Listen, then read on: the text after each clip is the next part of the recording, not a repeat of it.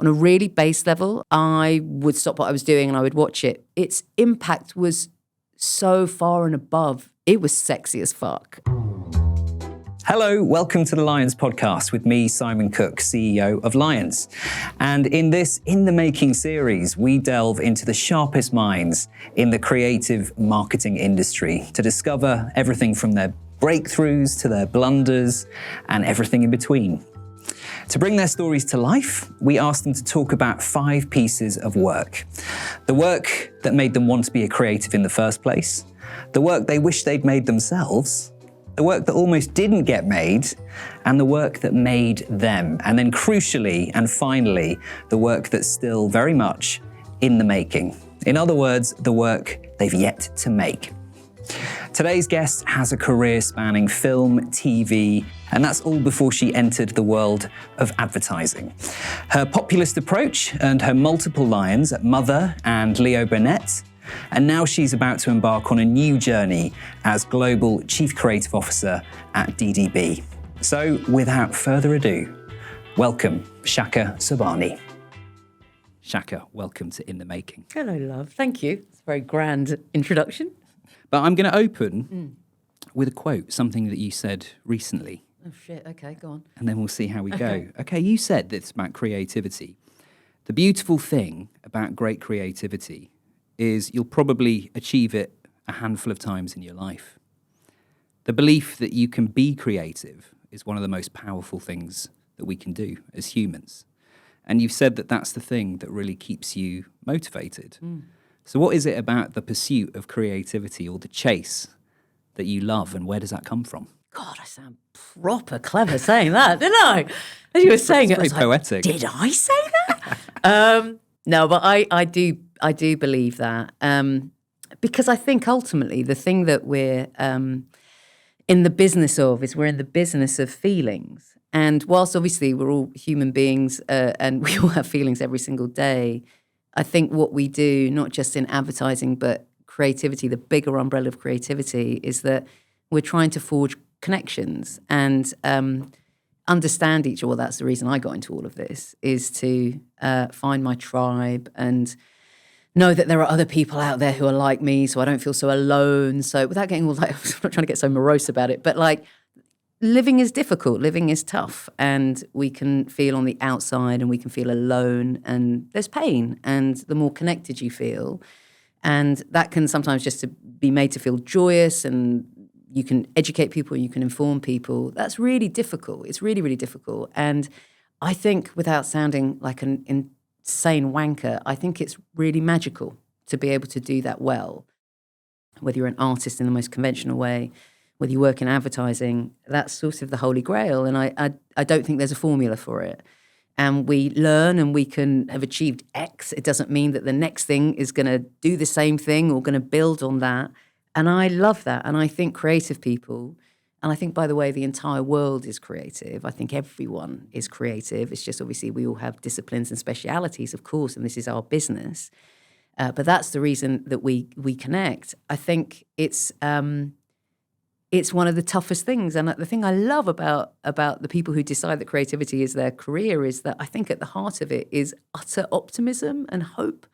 And even when something doesn't land, which is the majority of the time, actually, instead of getting despondent, I'm still in awe of everyone. Like, we just dust ourselves off, and it's like, and there's just something, I don't know, like an urge. And I think it is the urge of connection that just makes people go again and go again and go again. And the best creatives, I think, are never the people who ever, I've never heard the best people ever turn around and go like, yep, nailed that. I'm just going to retire now to the south of France. It never happens. And also I think when you get close to it, it fills you with such love and such, I don't know, just feeling that you want more of the same, and you try again and try again. So that's not a bad way of spending a life, really. Yeah. Absolutely. And what was it growing up that got you hooked on creativity? What was your creative engine? What was young Chaka doing to fuel that urge? Well, the funny thing is, so I suppose the medium of it was film, 100%. But I think at the heart of it was this sense of, and again, I would never have articulated it at the time, it's just because I'm an old bastard now and I can look back and try and be clever about these things. But I think it was. I'm a first generation immigrant in this country. We landed up in Exeter in Devon, which is a beautiful place, but certainly in the 80s it wasn't a place that was necessarily very diverse. So I was like a little brown kid with a funny name and funny food in my house. When like friends came around and stuff, and so I was very aware I was always on the outside. And what I didn't know, obviously, was that also I was queer. So there's all these things that just make you feel other. And you're obviously, as a human being, you're in the pursuit of trying to find other people like you. And I was very aware that there weren't people, really lovely people, by the way, so it's not a criticism, but they weren't around me. And there was something, thank goodness, it wasn't sort of defeatist about that. I just sort of knew they were out there. And the reason I knew they were out there was through this medium of film, that I could see all these worlds. And even though they weren't my worlds and they felt very unattainable in certain ways, it just gave me hope. So for people will be interested to hear, those that don't know you well, Yeah. that advertising was never the goal. Film was your first passion.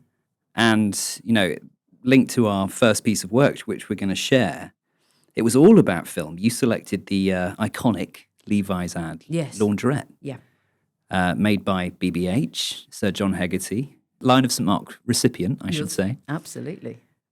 So this won a Gold Lion back in 1986, and it was a film that became a real touch point in culture, but also it was highly, highly effective.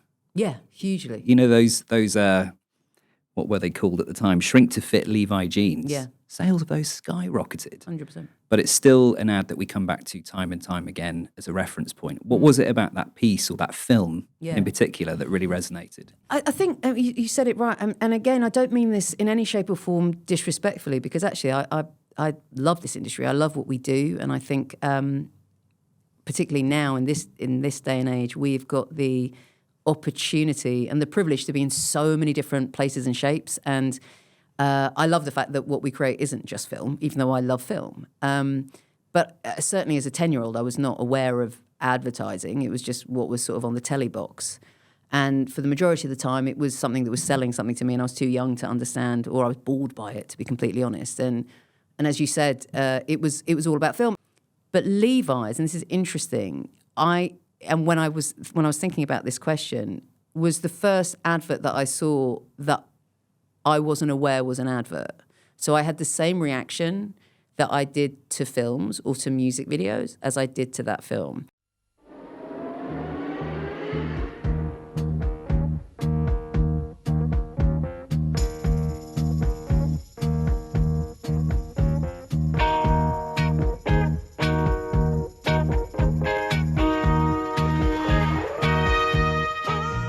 On a really base level, I'm not sure if this is an appropriate thing to say, it was sexy as fuck. And I was very young and hormonal and on the cusp of becoming a teenager. So there was a massive sexual awakening in terms of Nick Cayman and also the girls, but I was bi, so I didn't give a fuck. It was very exciting, the entire 30 seconds of it. But I've always said about that piece of work, I don't think there's a frame that is wasted. But it was the fact that at no point did I feel I was being sold to. And it felt like a piece of entertainment that I just wanted to watch over and over again. And this is before the days of YouTube. And I would wait for it to come. And each time it came on, I would stop what I was doing and I would watch it. But it was what it opened me up to. So yes, of course, it was Levi's at the heart of it. It opens up Motown to a whole new generation, like my generation. I didn't know who Marvin Gaye was. I mean, I'm embarrassed to say that now I was 10. So you could say, okay, maybe you wouldn't know who it is. But it was like Sam Cooke and Aretha Franklin, and it was like Etta James, and I suddenly went into this world. And also, it was the first time I started looking forward to. So I remember it was like a big occasion when Levi's were launching their next ad. And I didn't think about it as an ad. It was like, have you seen the new? And it would be something, whether it was Creek or whatever the hell it was. And it was always different, and it just did something emotional to you. It was aspirational, and it sort of, again, I was very young, so it just put butterflies in my stomach on so many bloody levels. It would hit the top of the charts. And like I said, I suppose its impact was so far and above just a 30-second piece of film.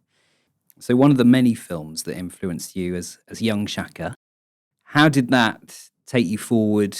How did it influence the next career move that you made?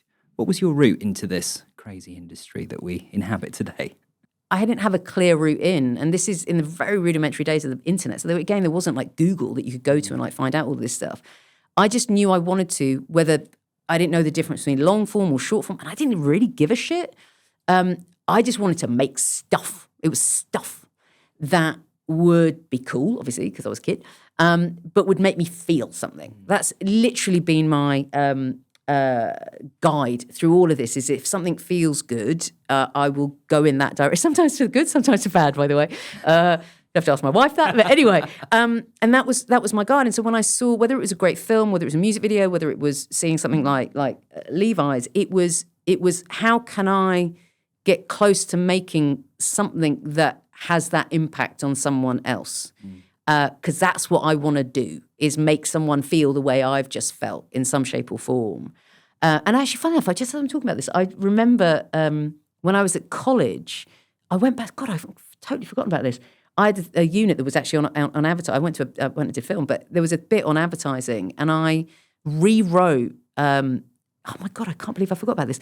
I rewrote Laundrette, flipping the genders. You're joking? No, so it was, instead of Nick Cayman, it was like literally I wanted to film the entire thing, but with a girl coming in. Like now it sounds about as controversial as Toffee, but at the time, you know what I mean? It was like the 90s or whatever. And I was like, oh no, that's, because again, it was just like, I wanted to see, and again, this goes back to, and I'm sorry, but like representation, or you want to see the stuff that makes you feel connected to, like, okay, I'm not this sort of little weirdo on the outside. By the way, I'm very happy being a little weirdo on the outside, but particularly when you're younger, you just want to feel that there are more people than just you out there who sort of feel the same thing. I can't believe I forgot about that. But anyway, so that's what it did. It was, and again, I think without knowing it, you're finding your tastes, and you're finding your tastes through 100 and thousands, hopefully, of different touch points. And again, spots like that or pieces like that are so important in terms of like you figuring out what you like and what you don't like, and using bits. And obviously, particularly when you're, even now, you're starting out, you're sort of pulling and borrowing from all these different things. And I always sort of think about creativity like being a chef, that there is obviously originality, but we're all using the same ingredients, but just using different combinations of it and different recipes. That sounded quite eloquent. I like that. So it's how you put those things together. So it wasn't necessarily just looking at like, oh, this is advertising, this is what I want to do. It was like, okay, there's a bit of advertising, there's some music, there's a music video, there's a film, there's a bit of art, there's a graffiti art, whatever it was. All these bits of STEM, and somehow in my brain trying to fuse them all together into creating whatever the thing was that I was going to be creating at that time, whether it be personal for college or ultimately when I started working. And when you did start working, you moved into television? Yes. Before moving into advertising. Yes. I wonder if we could just talk a little bit about that transition. Where did that opportunity come from? Why was that exciting to you at the time? Do you know what's interesting? So my therapist has diagnosed me as, I'll be serious. My therapist, she said, you don't need to go and get evaluated, by the way. She went, it's useless at your age now because you're not, a bit rude. But she went, you do realise you're ADHD. And I was like, great.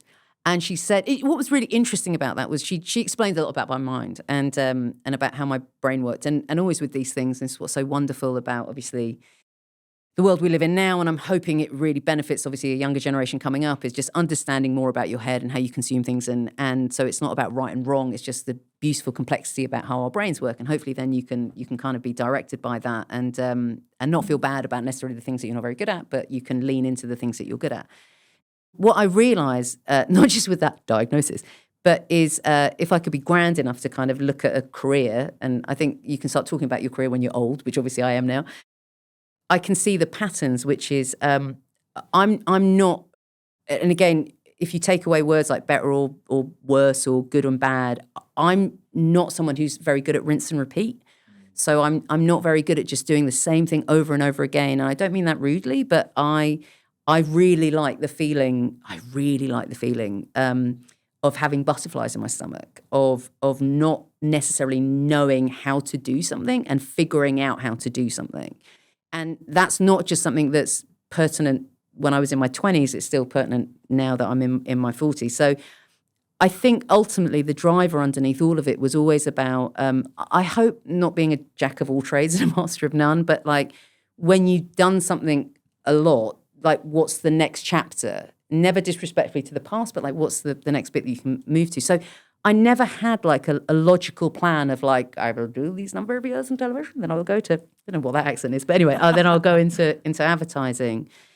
It was more that I'd had this amazing time. I started off as a director and writing and a lot of comedy actually, and then went into TV, and that slipped into sort of marketing and stuff, which was brilliant, and still directing and stuff. And then I got a call about from a headhunter about Mother.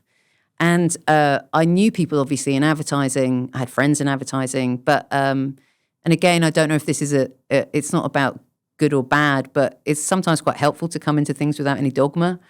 And I don't think I fully realized what Mother was, if I'm completely honest, and maybe in a good way, because I think maybe I would have been really intimidated, to be honest. I think the people who work with you recognize that hunger, that desire for, you might not see it as this, but seeking the discomfort. Yes. Because it's in that space where you learn, right? 100%. And so we spoke to David Pemsel, Oh. who worked with you on ITV Studios. Mm-hmm. And when we asked him about you, David, of course, now chairs the British Fashion Council. Mm-hmm. At the time, he worked with you on ITV. Mm-hmm. But when we asked about his experience working with you, he said, how can you fail when you have that much, this is you, that much talent, humility, infectious drive, and an endless determination and capacity to keep learning? Oh, well, isn't that just a bloody... This is like... This is your life. This is your life. Like, you're trying to get me to cry. That's actually... That's a very lovely thing to say. That's very kind. Which, I mean, is true, really, because that move into Mother, as you said, you weren't quite sure what it was. No. But produced some incredible work. And it's a great segue, actually, for your next selection, which is the piece you wish you'd made yourself. Yes. This piece is, well, first of all, it was highly, highly creative. In 2018, it won the Titanium Lion at Cannes Lions. And then the second year went on to win the Creative Effectiveness Lion. And I think it does a brilliant job, this selection for you personally, of talking to that intersection of culture, entertainment, and advertising. Yeah. And it's, of course, it's a Tide ad from Procter & Gamble. What is it about this piece of work that turns you green with envy? It's so good. It's so good. It's so bloody simple, but so clever. Like the best ideas. It's one of those that you just think, oh my God, why didn't anyone think of this before? Hello again, ladies. Is your man the kind of man who would climb the height... I'm in a Tide ad. Nice pants. Get off my horse. Tide ad. That piece of work, whether you were a 13-year-old kid or an 83-year-old elderly person, it resonated through and I think that, for me personally, is the Holy Grail. And that's when I think about mainstream, it's not diluting it to the lowest common denominator. It's like elevating it to the highest common denominator, which is ultimately being human. And if you can make that whistle across all of that, it's so difficult. And it only happens, I really do think, it on a personal level, I think it only happens to you a few times in your life that you sort of nail it. And I think it did. So likable. But again, every element of it was crafted within an inch of its life.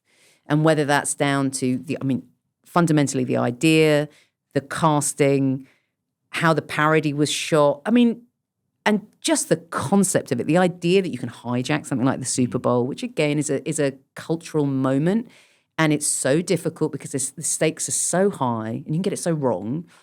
But to be able to literally every single thing that appears in that fucking break becomes a Tide ad. And again, I love it when it works against huge, big brands. Because again, I think the stakes are really high. There can be nervousness. And for P&G, I just think it's huge. And I think a wonderful example for all of us that great work can sit everywhere and anywhere. And not that people say this, but I think I think it's lazy to think it can only be from certain brands that are very obviously cool or starting out. So they've got less, it's like, no, there are opportunities everywhere. And I know all that, I'm not being Pollyanna about it. I know there are challenges everywhere, but incredible for Tide. Who would have thunk it? Genuinely hats off. And I think it's one of the most incredible pieces of work. I mean, one of the things about that piece of work in particular is, how did that get made? Think about all of the hurdles they would have had to have overcome to bring that piece of work to life, especially with so many brands involved. Yeah. Which leads on nicely to the next selection, which is one where you're going to be a bit of a rebel, if we're honest. Because when we asked you to give us the piece of work that nearly didn't get made, the point you made, to be fair, was, well, you can argue that every piece of work, there is a danger that it won't get made because there are so many factors to consider. So you've declined to give us a piece of work. Sorry. But I think the point behind it will allow. Thank you, honey. Tell us. Thank you very much. Well, also, I think implicit in the question is that there's sort of a sense of drama about it. And again, I think one of the things that is, I think it's just part and parcel of what we do is that there are always challenges that are just chucked at you that just become your norm. You know what I mean? And that oh God, I don't want to say some wanky thing like, we're all just problem solvers.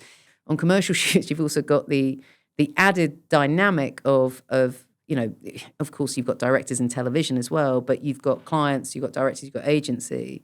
And the role, obviously, of an agency is you're there to obviously bring to life the vision of the brand, but also the vision of your director. And you're this conduit between the two. And I've had as we all have, a few interesting experiences where not necessarily those things, they weren't as much as you've done the prep beforehand and stuff, but they don't necessarily come together. And it's not great when they don't come together on a shoot day and you have a director who's literally disappearing for hours shooting shit that no one's agreed to. And haven't got a problem with that because actually, funnily enough, on the one occasion that it went super rogue, it was weirdly, and sometimes unsurprisingly, the best thing that happened because the stuff that he was shooting, I wish he told us about it, but again, it's fine, was actually some of the best stuff. When we went into, I always have a thing with, when I see work is that, and particularly if something's not necessarily working, is you want to see the edit, like forget the storyboard, forget, what's the version that you would want to bring to life? And I'm not saying it always works, but a lot of the times there's some magic in that. And anyway, and the stuff that he'd gone off and he'd gone a bit rogue about ended up being sublime and it elevated it. Yeah. So you talk about navigating talent. Yes. What about internal talent? How have the experiences that you've had across television, production, directing, informed your personal leadership style with your own team as well? Definitely seems like you're someone who navigates people with ease. And I wondered where that comes from. Thank you. It's a lovely thing to say because you sound like a raging wanker if you talk about your own leadership style.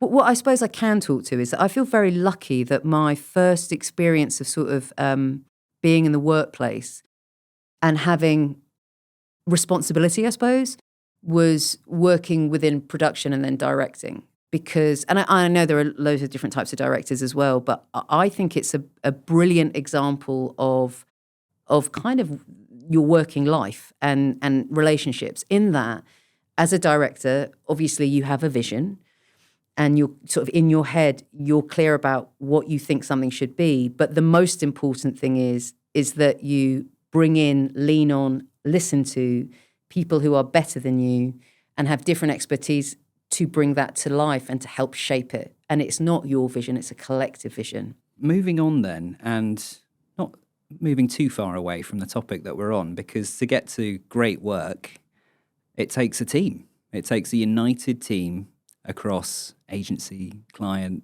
all the people involved. And this next piece of work, I think, demonstrates that really well. This is the piece of work that you believe has made you, has got you to this point, and personifies this moment in so many ways. And that is a piece of work from McDonald's. It's called Raise Your Arches, multiple Lion winner.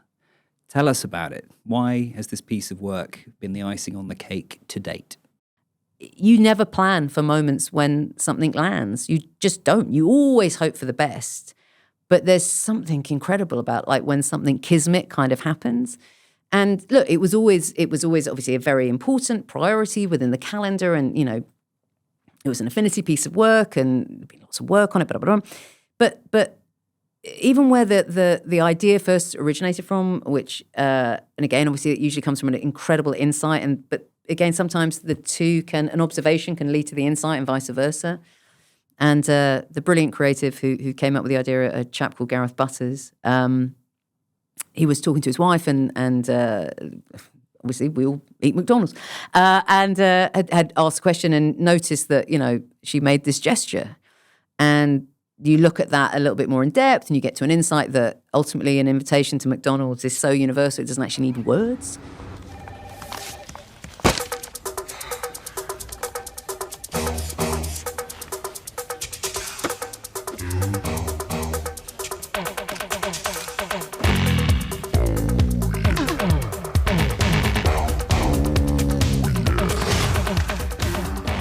To get to an insight that isn't just resonant in one country, like particularly on a global brand like McDonald's, again, is just so, is the Holy Grail. And it's this sort of, again, that thing of like, oh my God, I can't believe we didn't think about that.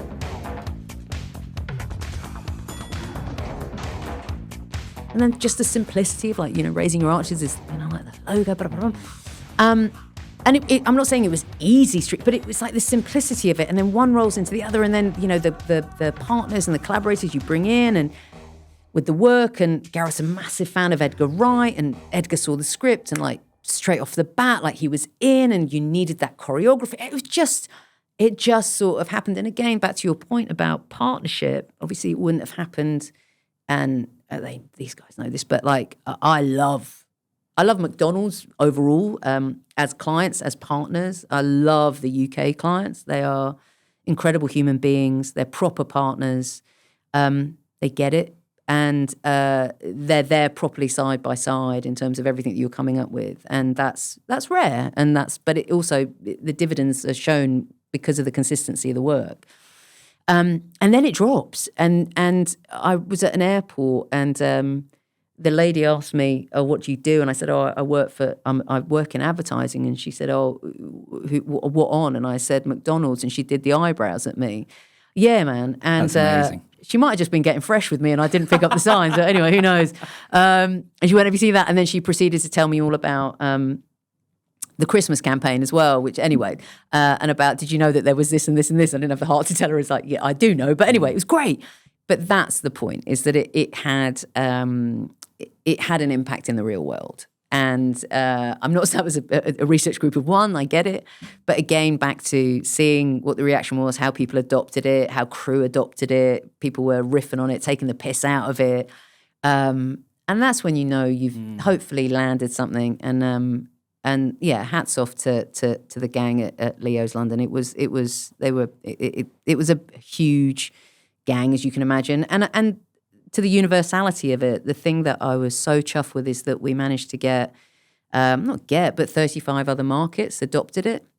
And some that literally just lifted it, the assets and the films and all the rest of it. And in certain markets, it was remade frame by frame and to obviously reflect like cultural nuances and stuff. And anyway, there was an incredible version in the Middle East that I was so proud of. And it was amazing. And it absolutely had the same sense of joy, the same insight, but just adapted for a different market. The work still makes me smile. And I don't mean that arrogantly, but you know what I mean? Like, yeah. Can you imagine how many times I've seen all of that? My God. And I don't, I'm not bored with it yet. And I'm really, really proud of it. That's good to be able to say. Yeah. That brutal simplicity, as you said, that sits at the heart of it. Was that the key to unlocking how seamless the whole thing was? I'm probably, doing it a disservice there. I'm sure there were challenges along the way. But how would you advise people to get to just simple, stripped back work? Because it seems like if you can do that, which is really hard, the impact is huge. I think if you can't all accept and not accept, but if you can't all buy into, actually, this is ultimately what it is, do you want it? If you don't, that's cool. We'll go away and think of something else. That's a brilliant thing about what we do is that we're not just clung on to one thing. We're not going to let it go either. We'll always push for the thing that we think is right. But it's funny, isn't it? I think sometimes there's almost like it's sort of mistrust, but maybe it actually is a bit of a mistrust for things that are that simple. Like, can't be that simple. And you're like, because also I think on the flip side of it, there's an adage, and this is true as well, is like the greatest things you have to work really hard for. So I agree with that as well, and there are examples of that. But sometimes, actually, the brutal bloody simplicity of it, which, by the way, I think is the hardest thing to get to, is the thing to sort of keep all of ourselves the most honest to, and not allow ourselves to overcomplicate it. You know, you've just achieved something which was so successful, and now you're moving on to another job. I think sometimes we think about moving on to another job because something perhaps isn't working. So I just wanted to be really candid and ask you, why the move? Thank you, Parkinson. I have absolutely loved my time at Leo's. And I mean that. Like, I've had 7 glorious years. I love my gang. They know that. And I mean both in London and globally. And that's the Leo's gang. And then there's the Publicist gang that sits, obviously, that we sit within. And working with Artur and Carla has been absolutely bloody brilliant. And I've learned so much. So it's never a case of like better or worse, or like you move because you're unhappy. Well, not for me in this case. It's not that at all. But I think there are other opportunities that come up where you think, okay, well, there's a different challenge. And what can I bring to that? And what are the butterflies, I suppose, that I can feel in my stomach? And not because I haven't felt them at Leo's or because I stopped feeling them. And is it exciting? And am I excited by the people? Am I excited by the challenges that are there? Good to hear. Well, that brings us to your final piece of work. It's the namesake of the podcast. What's the work that is very much in the making? So in other words, what's the kind of work that you want to be producing in the future? So I've revisited something I've had. You know when people talk about, I've been writing a novel, you go, how long for? And they go, like 11 years. It's one of them. And it's been on the back burner for so long. And to be honest, I've sort of, I give it a little bit of attention. I move it along a little bit and then I don't really do anything with it. So this is in the spirit of like, if I talk about this, then I'm going to manifest it. Or more importantly, maybe I'll shame myself into the fact that I've got to do something because then people will hold me accountable to it. One of my favorite films, one of my favorite genres. So one of my favorite films is a film called Paris Je t'aime. And my wife is a voracious reader. She reads novel after novel after novel. I am not. I have, as we've discussed before, I have ADHD. So I like short stories, things that need a shorter period of my attention. But actually, in all seriousness, I love this anthology of short films. And it's not just any old short films. It's insane. You've got the Coen brothers, Gus Van Sant, Gurinder Chadha. And the concept of it is all, basically, it's obviously I Love Paris, but it's all built around the arrondissements. And so everyone is given a different arrondissement and they can tell whatever story. So I'm really interested in a theme that kind of connects a group of people, like amazing talent, to come together and tell their authentic stories around a theme. And again, I suppose, linking back to your very first question, I've always been a very happy outsider, but I am an outsider.